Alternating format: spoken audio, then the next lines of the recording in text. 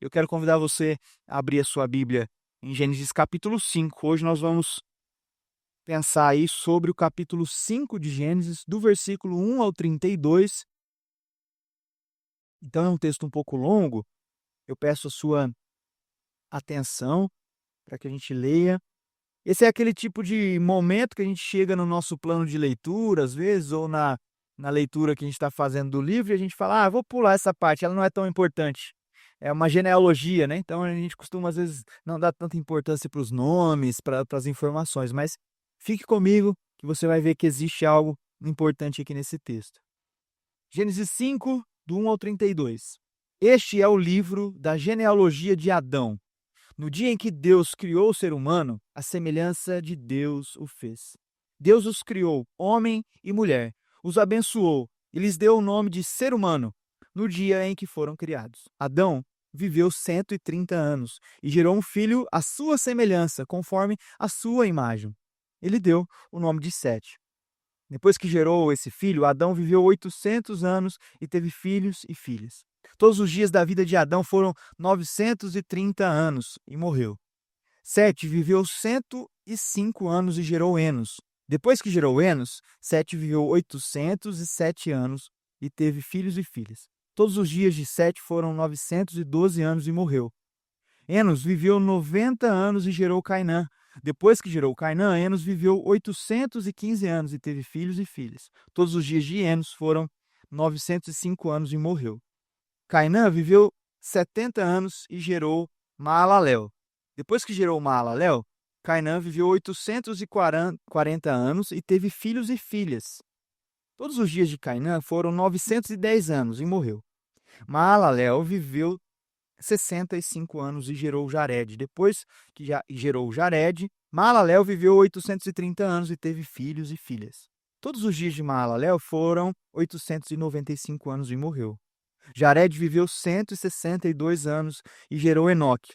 Depois que gerou Enoque, Jared viveu 800 anos e teve filhos e filhas.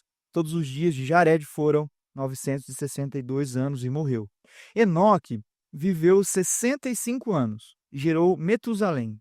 Enoque andou com Deus e depois que gerou Metusalém, viveu 300 anos e teve filhos e filhas. Todos os dias de Enoque foram 365 anos. Enoque andou com Deus e não foi mais visto, porque Deus o levou para junto de si. Metusalém viveu 187 anos e gerou Lameque. Depois que gerou Lameque, Metusalém viveu 782 anos e teve filhos e filhas. Todos os dias de Metusalém foram 969 anos e morreu. É o homem mais velho das escrituras aqui que a gente tem relato, né? Lameque viveu 182 anos e gerou um filho. Deu-lhe o nome de Noé, dizendo: Este nos consolará dos nossos trabalhos e das fadigas de nossas mãos, nessa terra que o Senhor amaldiçoou. Depois que gerou Noé, Lameque viveu 595 anos e teve filhos e filhas. Todos os dias de Lameque foram 770 anos e 7 anos e morreu. Noé tinha 500 anos de idade e gerou Sem, Cã e Jafé. Amém? Eu vou pedir só Otto, se puder desligar esse retorno aqui, que tá tocando uma interferência, uma Ana Castela aqui, tá me atrapalhando. Eu tô ouvindo uma interferência de alguma rádio que tá transmitindo aqui no retorno e vai tirar a minha atenção. Meu TDAH não vai me permitir muito prestar atenção. Mas amém, esse é o texto de Gênesis 5 e nós queremos agora meditar sobre o que isso tem para nos ensinar. Uma primeira coisa que a gente precisa pensar é que, sabe, você já teve aquela sensação, aquela experiência, ou disse aquilo no sentido de ver alguém que foi criado numa mesma família, numa mesma estrutura familiar, pai, mãe, etc., ou numa outra estrutura diferente. E aí você vê ali 2, 3 irmãos, 4 irmãos, mas você vê que talvez um desses irmãos, ele deu certo na vida. A gente usa essa expressão, né? Fala, não, esse aqui deu certo na vida, né? Tomou boas decisões, uma pessoa íntegra, uma pessoa que trabalha, uma pessoa que criou família também. E tem um outro mesmo, na mesma configuração familiar, na mesma situação, mas deu errado na vida. Tomou as decisões erradas, se envolveu em coisas que não deveria se envolver, que prejudicaram ele, prejudicaram a família. E aí eu já ouvi algumas pessoas pensando e refletindo assim, nossa, mas por quê? foi criado no mesmo contexto, na mesma família, recebeu o mesmo afeto, recebeu o mesmo amor, recebeu a mesma educação, estudou na mesma escola, e são tão diferentes, e tomaram decisões tão diferentes, e foram por caminhos tão diferentes. E um a gente considera bem-sucedido, um a gente considera que deu certo na vida, o outro a gente considera que deu errado na vida. Essa é uma experiência comum da vida humana e da vida familiar, que aconteceu aqui, que aconteceu nesse relato, no relato da criação e no relato de Gênesis. Nós lemos no domingo passado a genealogia de Adão a partir de Caim, que é a genealogia que deu errado, que teve um Enoque nessa família, inclusive que carregava o mesmo nome desse Enoque que andou com Deus, são dois Enoques diferentes, mas o Enoque da linhagem de Caim foi um Enoque soberbo. Colocaram o nome de uma cidade, o nome de Enoque. Então, ali indica que talvez o pai desse Enoque teve sobre ele uma esperança de poder, de sucesso. E ele foi alguém que não foi considerado como esse outro Enoque da linhagem de Sete, que foi um homem que andou com Deus. Então nós temos dois Enoques aqui da mesma família, que carregam o mesmo nome, mas que foram por caminhos completamente diferentes. Nós temos também dois Lameques, né? O Lameque da linhagem de Caim, que nós lemos no capítulo 4, que deu errado na vida, do ponto de vista da nossa moralidade, da nossa ética. Ele casou com duas esposas, foi o primeiro homem que teve essa ideia de ter duas esposas e estabelecer a poligamia ali dentro do povo de Deus. Ele matou alguém que ele mesmo relata, a gente já conversou que talvez tenha sido o próprio Caim que ele matou, ou algum outro jovem, mas ele cometeu um assassinato. Então, esse Lameque da linhagem de Caim é esse Lameque que a gente diria, deu errado na vida, tomou péssimas decisões, foi por um caminho torto. Aí agora a gente tem esse Lameque da linhagem de Sete, que é o Lameque que dá luz a Noé, né? Ele é ali o pai de Noé. Ele coloca no mundo uma esperança até desse momento aqui, que é um mundo que a maldade estava escalando, estava aumentando. Então essa é uma experiência comum, e aí parece que é isso que o texto de Gênesis 4 e Gênesis 5, em conjunto, querem nos ensinar. Que dentro do mesmo contexto, da mesma família, da mesma criação, algumas pessoas tomam boas decisões, caminham com temor ao Senhor, outras pessoas tomam péssimas decisões e rompem com a obediência ao Senhor e vivem uma maldade, vivem a devassidão da alma que é gerada pelo pecado que há em nós. Então, essa é uma proposta, unindo Gênesis 4 e Gênesis 5. Mas também aqui nós temos alguns outros, eu tenho falado sobre isso quando a gente está pregando aqui sobre Gênesis, né? Existem alguns supostos problemas, né? Quando a gente olha para o texto, a gente tenta encaixar algumas coisas que não fazem muito sentido. Uma dessas coisas que às vezes a gente fica curioso e não tem algumas respostas muito concretas é sobre essa questão do tempo que as pessoas viviam, né? 800 e poucos anos, 700 e poucos anos. As pessoas viviam muito. Então, é o que a gente chama da geração pré-diluviana, né? O povo que viveu antes do dilúvio. Então, nos parece que existe uma outra forma de contar os dias num período pré-dilúvio, ou uma outra forma que a vida humana existia mesmo, durava mais tempo, durava mais anos. Tanto que um pouquinho mais para frente, Deus começa a perceber isso, que o povo está vivendo muito e a maldade está aumentando muito. Então Deus fala: eu vou retirar o meu espírito do povo, porque eles estão vivendo muito e esse muito viver está causando muita maldade também. A escalada da maldade está aumentando cada vez mais. É um mistério, a gente não consegue responder. São dias literais aqui? São anos literais? A gente não sabe. Tem alguns biblicistas que dizem que provavelmente eram anos literais e que pós-dilúvio isso mudou, essa contagem dos dias, essa forma da vida humana existir.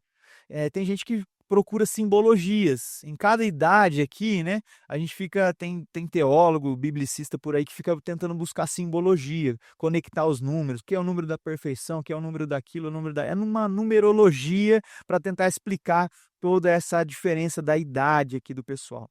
Para isso a gente não tem uma resposta concreta, para isso a gente não tem uma resposta afirmativa, clara, sobre por que era desse jeito.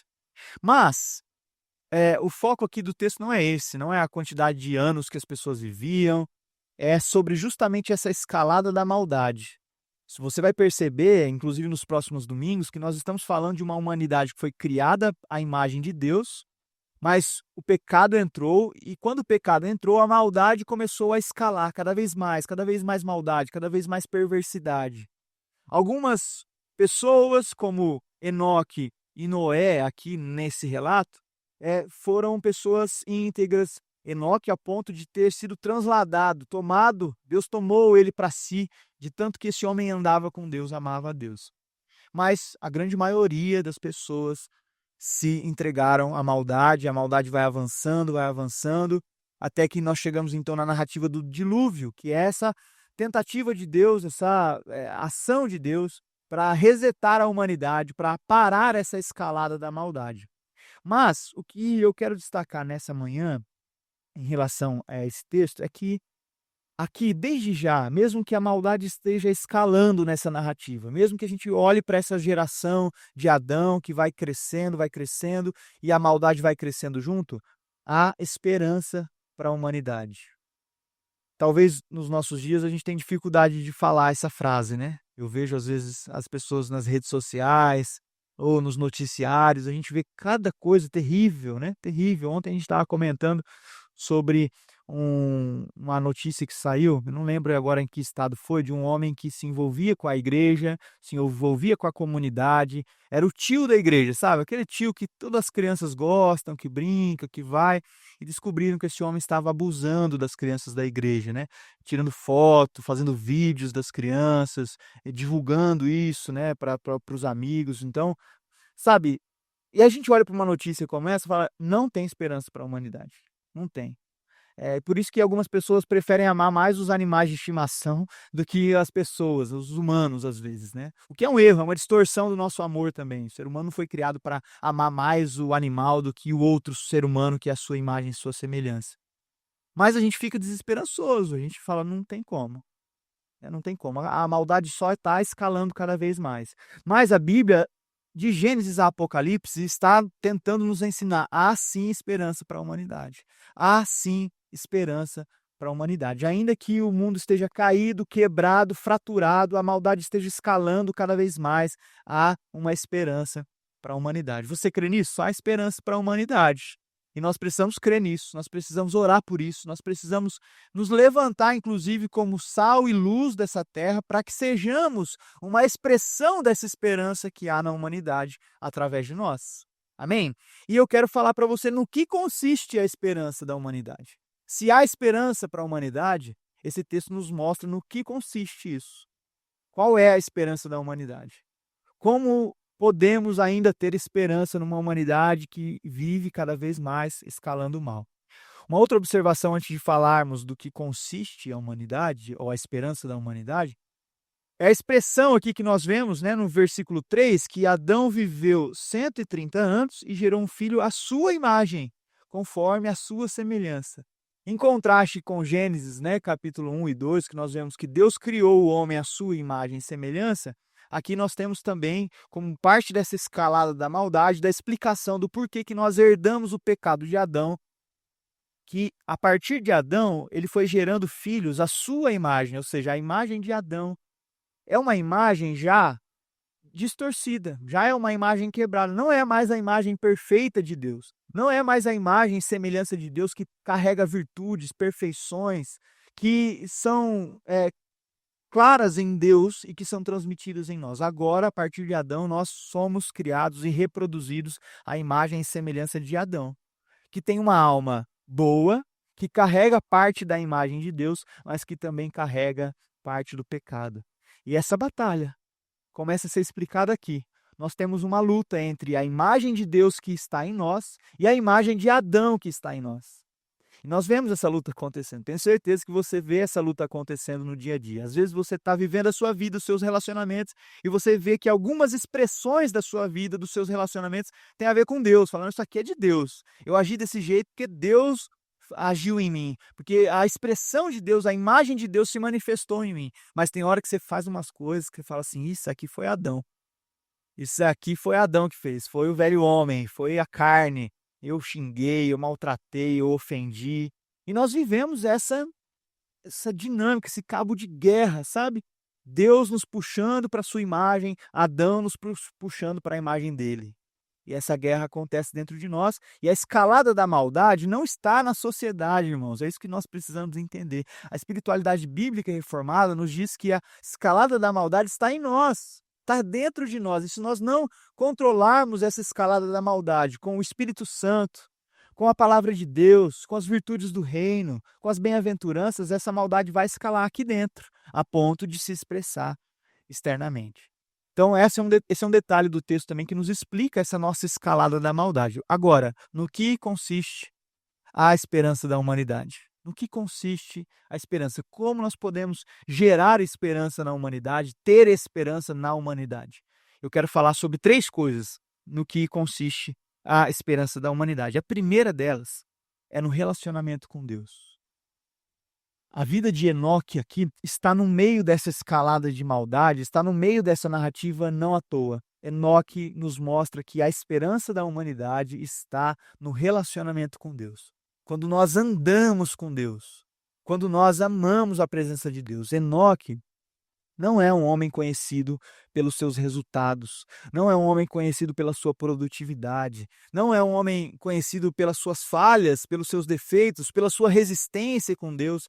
Nós olhamos para Moisés, nós olhamos para Abraão, nós olhamos para Paulo, nós vemos homens virtuosos, mas nós conhecemos eles também pelas resistências que eles apresentaram para andar com Deus, né? Moisés teve muita dificuldade. Quem está lendo o Êxodo aí nessa jornada que eu coloquei no grupo lá para a gente fazer em relação à Quaresma, né? Nos prepararmos para a Páscoa, percebeu, Moisés ali apresenta muitas resistências para andar com Deus, para ter um relacionamento com Deus, para obedecer à voz de Deus.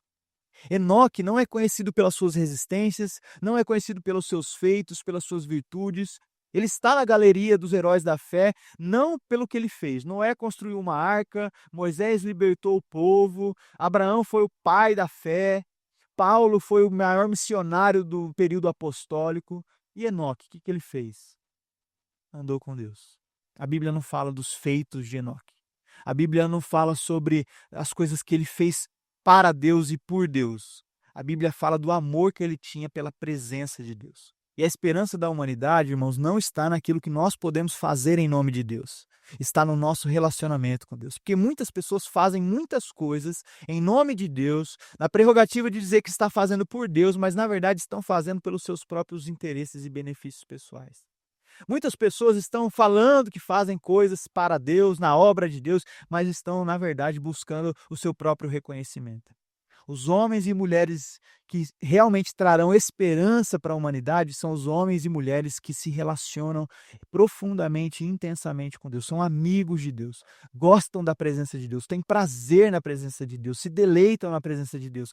E os frutos, os resultados, a arca, a libertação, a produtividade é consequência de um relacionamento com Deus, é consequência daquilo que você está bebendo na fonte, do prazer na sua vida que você encontra na presença de Deus. Enoque andou com Deus, Enoque amava a presença de Deus. O texto nos fala que Deus tomou para si, né? Deus queria tanto estar perto de Enoque, assim como Enoque queria estar muito perto de Deus. Imagina que honra, que dignidade nós sermos conhecidos como homens e mulheres que Deus queria estar perto. Que Deus queria estar perto. Nós precisamos querer estar perto de Deus, mas imagina Deus querer estar perto de nós, se relacionar conosco. E de fato Ele quer. E de fato é isso que a Bíblia nos ensina. Deus quer tanto se relacionar com a humanidade que Ele se encarnou, que Ele se fez homem para andar entre nós. Mas nós vivemos resistindo a esse relacionamento. E é essa resistência a esse relacionamento que escala a maldade no mundo. Quanto mais longe nós estamos de Deus, piores nós nos tornamos. Mais nós damos vazão à nossa carnalidade, ao nosso pecado. Por isso que a solução para você lidar com os seus pecados, com a sua pecaminosidade, não é ficar tentando achar estratégias para fugir do pecado. Você não tem que fugir do pecado, você tem que se aproximar de Deus. Porque se aproximar de Deus é uma estratégia natural de fugir do pecado. O seu relacionamento com Deus, a sua intimidade com Deus vai levar você para longe do pecado. O seu amor, o seu prazer em Deus vai ressignificar o seu prazer. O ser humano foi criado para sentir prazer. O ser humano foi criado para ter sentido na vida. E o Viktor Frankl, no seu livro Em Busca de Sentido, né, que estabeleceu a logoterapia, ele fala que toda forma de vício, de expressão de pecado, é uma tentativa de encontrar sentido para a vida. O ser humano que não encontrou sentido no relacionamento com Deus, ele vai tentar encontrar sentido no poder, no dinheiro e na sexualidade. Então, essas 3 esferas da vida, geralmente são formas da gente tentar encontrar sentido para a nossa vida, porque nós não estamos conseguindo encontrar sentido na vida a partir do nosso relacionamento com Deus. Então, a esperança da humanidade consiste em homens e mulheres que se relacionam com Deus. Se nós tivermos aqui na igreja 100, 200, 300 pessoas que se relacionam profundamente com Deus, nós temos aqui um exército que pode transformar Arapongas, que pode transformar o mundo, que pode impactar a missão Kaiowá, que pode ir até os confins da terra. Não porque nós temos capacidades, não porque nós somos bons, mas porque nós amamos a Deus. E quando nós amamos a Deus, estamos vivendo ao seu lado, Deus nos usa, Deus nos enche de virtude. A imagem e semelhança de Deus que está em nós fala mais alto do que a imagem e semelhança de Adão que está em nós. Então, a esperança da humanidade consiste em homens e mulheres que se relacionam com Deus. Segunda coisa, no que consiste a esperança da humanidade? Consiste na obediência a Deus. Relacionamento com Deus, obediência a Deus. E aqui nós temos a história de Noé. Noé é citado aqui. E ainda, se a gente não conhecesse o resto da história, a gente não teria talvez essa perspectiva. Mas nós conhecemos, nós sabemos que Noé foi considerado um louco, um lunático, porque de repente ele começou a construir uma gigante de uma arca no meio do nada. E aí as pessoas olhavam para ele e tinham ele como um louco, um lunático. Mas ele estava o quê? Obedecendo à voz de Deus. A chuva nem estava aparecendo ainda. Que dia que foi que parecia que a gente ia ter que construir uma arca aqui em Arapongas, né? Foi sexta-feira, né?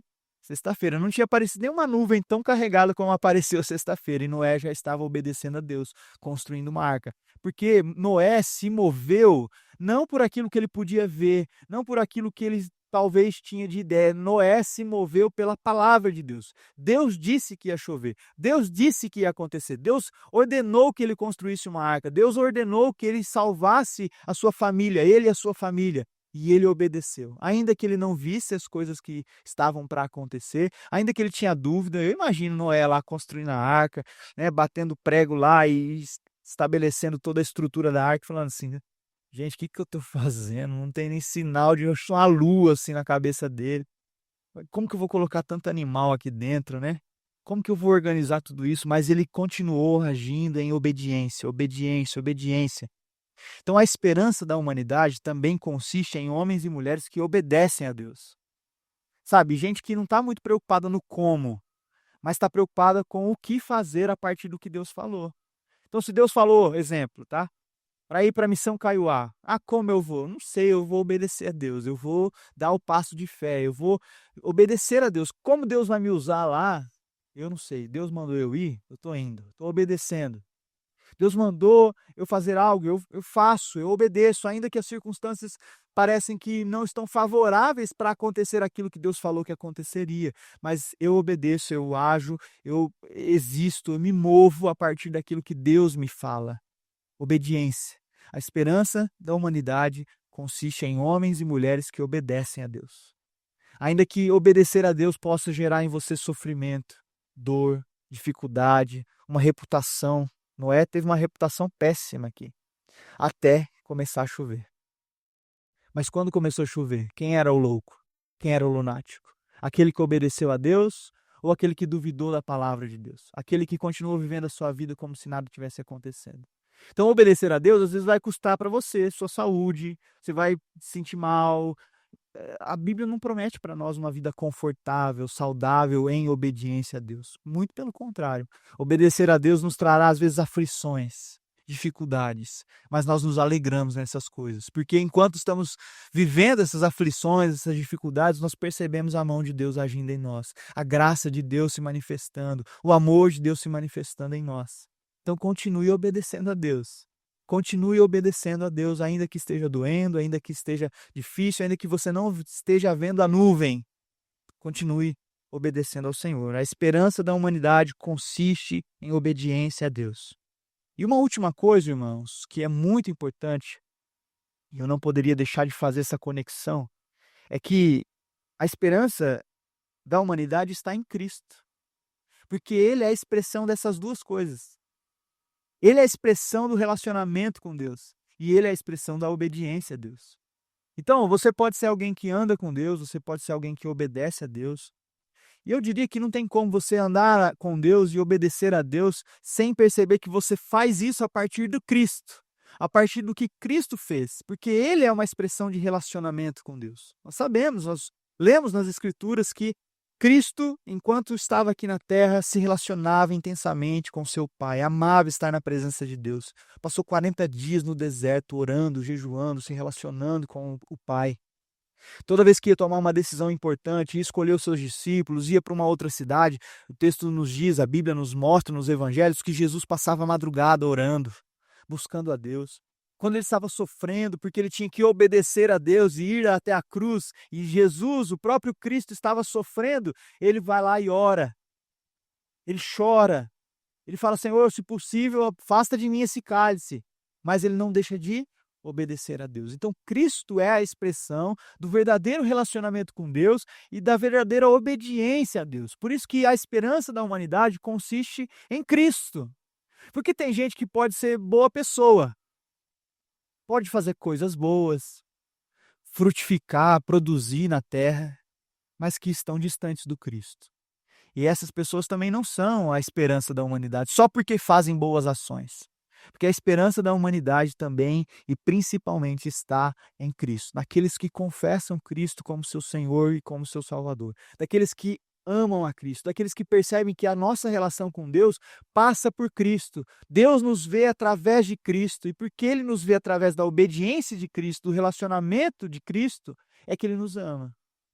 E a nossa imagem borrada, quebrada, que nós herdamos de Adão, ela é ressignificada, ela é redimida em Cristo. Então Deus nos olha mais uma vez e percebe em nós a imagem e semelhança dele, porque Cristo está em nós.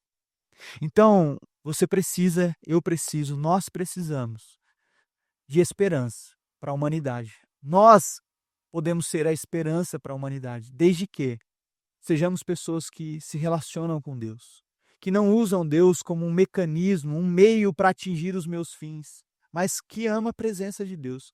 Deus fazendo ou não fazendo aquilo que eu quero, Deus abençoando ou não abençoando a minha vida, eu continuo amando estar na sua presença. Nós podemos ser a esperança da humanidade enquanto igreja, desde que nós obedeçamos a Cristo, obedeçamos a Deus. Deus nos pede e nós fazemos. Deus nos manda agir, nós agimos. Deus nos manda esperar, nós esperamos. Nós estamos debaixo do senhorio de Deus e pessoas que obedecem a Deus são a esperança para a humanidade. Mas principalmente, se você depositar e colocar toda a sua fé, a sua confiança em Jesus, em Cristo. Ele é a esperança da humanidade. E Ele agindo através de mim, através de você, através da igreja, a humanidade tem esperança. Assim nós cremos, assim nós professamos a nossa fé. E eu quero orar por você, que às vezes tem sentido a sua vida sem esperança. Talvez você fale assim para mim: pastor, como que eu posso ser a esperança da humanidade, sendo que nem eu tenho esperança na minha própria vida? Sendo que nem eu estou esperançoso, as coisas parecem que estão ruins para mim demais, eu não consigo suportar. Eu quero orar por você para que você perceba Deus querendo se relacionar com você, Deus ao seu lado, querendo consolar as suas dores, as suas dificuldades. Quero orar para você para que você aprenda cada vez mais a obedecer a Deus. A sua vida vai melhorar quando você começa a obedecer a Deus. Não do ponto de vista da prosperidade secular. Vai melhorar porque você vai sentir paz em todas as circunstâncias, inclusive em meio ao sofrimento. Porque você está obedecendo, convicto daquilo que Deus te falou. Eu quero orar para que você também perceba Cristo na sua vida. Que você é amado por Deus porque Cristo te amou, porque Cristo se sacrificou por você. Você é amado por Deus porque Cristo obedeceu a Deus até o fim. E pela cruz de Cristo você é aceito por Deus. E ser aceito por Deus é a coisa que pode nos dar a maior paz do mundo. Ainda que tudo esteja dando errado à nossa volta, mas temos a convicção de que somos aceitos por Deus por meio de Cristo. Que Deus gere essa esperança em você primeiro, que você saia daqui nessa manhã esperançoso. Há esperança para a humanidade, porque Cristo morreu por mim. E que você também possa ser a esperança, amando as pessoas, exalando essa esperança, transbordando essa esperança, em nome de Jesus. Feche os seus olhos e vamos pedir a Deus essa esperança sobre nós.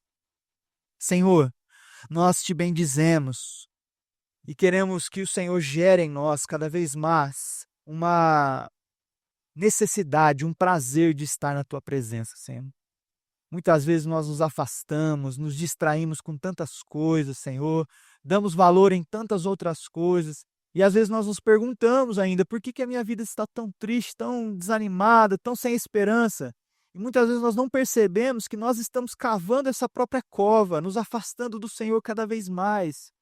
Quando o Senhor sempre esteve ali de braços abertos para nos receber em relacionamento, em amor, em amizade, em comunhão. Senhor, nos ajuda a voltar para os seus braços, ó Deus. Nos ajuda, Senhor, a parar de caminhar para longe da tua presença e voltar a caminhar na tua direção, Senhor. E nos aproximarmos do Senhor, à medida de sermos conhecidos como Enoque foi, um homem que andou com Deus. Que sejamos todos aqui, homens e mulheres que andam com Deus, que têm intimidade com Deus, que amam a sua presença. Senhor, eu quero orar também para que o Senhor nos ajude na nossa dificuldade de obedecer a tua palavra, Senhor. Muitas vezes nós colocamos tantas objeções para obedecer a tua voz. Senhor, quebra todas as objeções. Que possamos agir em convicção naquilo que o Senhor nos disse, sermos homens e mulheres obedientes, Senhor, obedientes à tua voz. Mas principalmente, ó Deus, manifesta a presença do Cristo em nosso coração. Que os corações que estão sem esperança nessa manhã recebam a esperança que há em Cristo Jesus. O Deus que se encarnou, o Deus que se fez homem, o Deus que habitou entre nós, o Deus que nos amou até o fim a ponto de morrer em nosso lugar. Que essa esperança da ressurreição de Cristo, inclusive, habite em nosso coração nessa manhã. Permeie o nosso coração, nos dê esperança de uma vida nova, uma vida diferente, uma vida cheia de sentido e plenitude, Senhor. Não porque tudo dá certo, mas que, mesmo quando as coisas estejam dando errado, a gente possa perceber que Cristo está na nossa vida, então tudo já deu certo. Assim nós oramos, no teu santo nome, para que o Senhor nos encha de esperança nessa manhã e nos use como a esperança do mundo. Em nome de Jesus. Amém.